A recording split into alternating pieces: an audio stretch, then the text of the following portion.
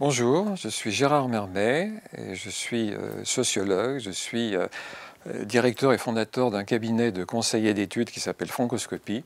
Et Francoscopie, c'est également le nom d'un livre que je publie depuis déjà pas mal d'années et dont la dernière édition sort actuellement et qui s'appelle Francoscopie 2030.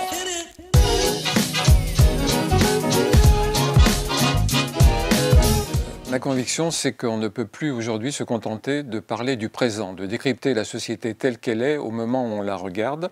Il faut donc s'intéresser à son avenir parce que nous vivons ce que j'appelle une grande transition qui est peut-être et même sans doute la plus importante dans l'histoire de notre pays et il faut s'y préparer.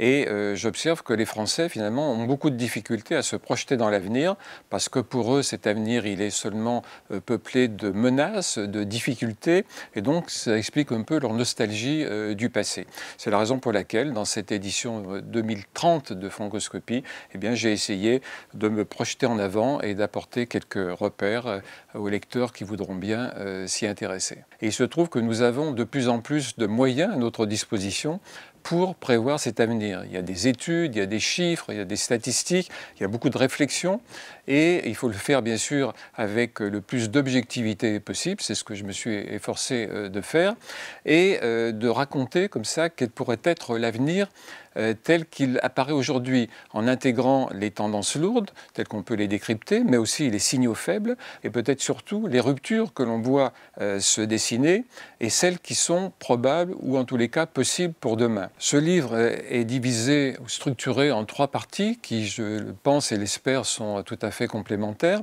La première concerne ce que j'appelle le décor. Et ce décor, il est constitué bien sûr de l'état de notre environnement actuel, mais surtout à venir, avec les craintes que ça peut représenter. Ce sont les relations internationales. Nous sommes dans une petite planète et nous ne sommes qu'un des éléments de cette planète. Et donc les autres éléments vont influer sur notre parcours et sur notre destin. Et puis il y a enfin, et peut-être surtout, l'innovation qui est un élément déterminant de notre avenir, puisque cette innovation, elle est transversale.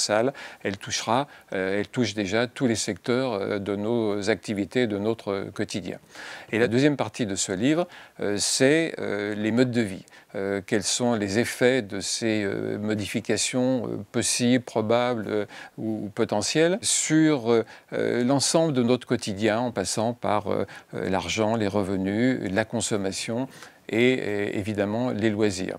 Et puis il y a une troisième partie qui est une partie assez grande de synthèse qui permet de mettre l'accent sur les idées forces qui sont développées dans les différents chapitres par thème et qui permet aussi de s'interroger sur le futur. Est-ce que ce futur sera vraiment désirable et durable comme nous pouvons le rêver? Est-ce que ce sera mieux après qu'avant, sachant que beaucoup de Français pensent que c'était déjà mieux avant et moins bien aujourd'hui.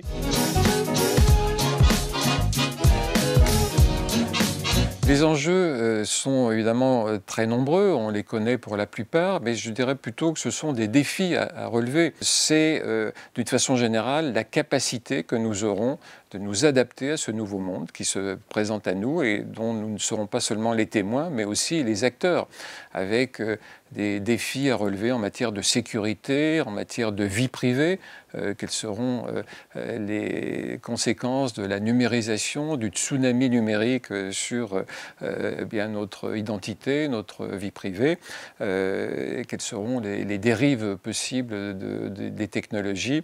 Donc, toutes interrogations qui sont importantes et qu'il va falloir, si possible, résoudre de façon commune et non pas en s'affrontant les uns les autres.